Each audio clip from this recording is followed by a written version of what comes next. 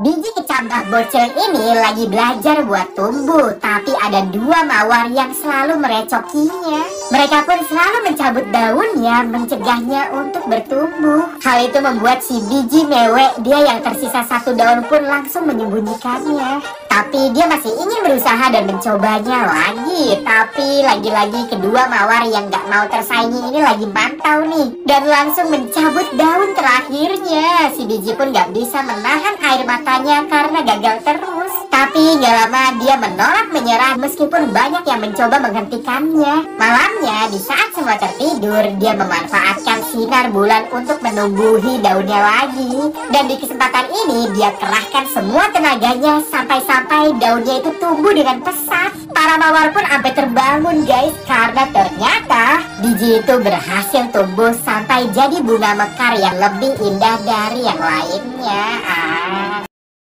Setelah 3 tahun hamil, akhirnya istrinya melahirkan juga. Tapi si bapak langsung shock banget melihat anaknya yang ternyata udah ada tato api di jidatnya dan gak ada mukanya. Tapi tiba-tiba matanya muncul dadakan nge-jumpscare mereka. Rambutnya pun juga mendadak nongol dan langsung jadi anak pang gini. Parahnya lagi, nih bayi langsung lompat dan mantul-mantul nge-cosplay jadi bola voli. Dia menggelinding dengan cepat sampai jadi bola api gini dan ingin menyerang para warga.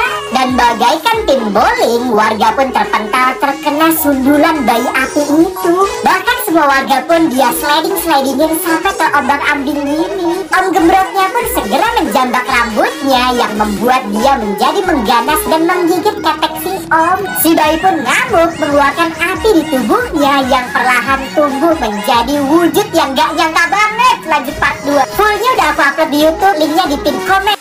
Di hari pertama SMP-nya, dia berusaha bergaul, tapi emaknya dengan balik-balik bambu overprotective banget dan selalu mengikutinya. Kalau di rumah pasti disuruhnya makan sayur mulu, padahal dia kan maunya makanan lezat dan bergizi ini. Tapi selalu dirampas sama emaknya dan diganti sama sayuran kribo.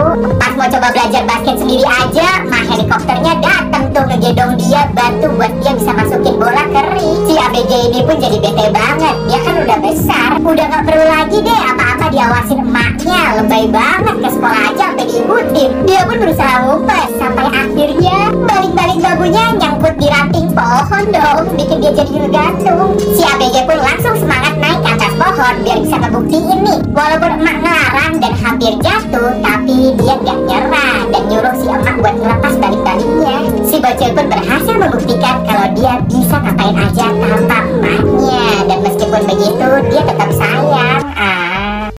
Sekolah ini berisi bocil-bocil berkemampuan super. Ada yang bisa ngeluarin laser, ada yang tembus pandang. Tapi cuma bocil ini aja yang nutupin kemampuannya, yang selalu dibully yang lain. Karena ternyata kemampuannya cuma punya muka tua dan bewok ubanan gini dong. Langsung diketawain tuh sama temennya sampai mewek. Membuatnya muak dengan semua ini dan pengen minggat aja dah dari sekolah dakjal ini. Dia melewati gunung, mendaki lembah, sampai akhirnya tibalah di goa Antabrantah. Dan tiba-tiba dari dalam muncul rusa aneh berhidung merah kayak badut yang langsung dikasih sisa bekalnya guys. Rusa itu pun langsung dia adopsi dan dia beri nama Rudolf. Mereka pun melewati badai salju bersama sampai akhirnya mereka nemuin rumah dan berniat untuk nebeng bentar dulu. Tapi pas diketok nggak ada yang nyaut. Bocil bewok pun punya ide liar buat masuk ke sana melalui cerobong asap. Tapi yang terjadi selanjutnya gak nyangka banget. Lanjut part 2.